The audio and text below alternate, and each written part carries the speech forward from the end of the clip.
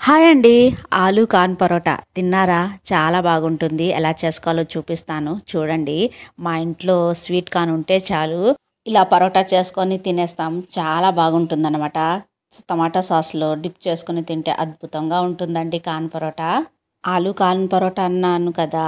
మరి గోధుమ పిండి గాని, మైదా పిండి గాని వేసి చేస్తారేమో అనుకుంటారేమో. కాదండి.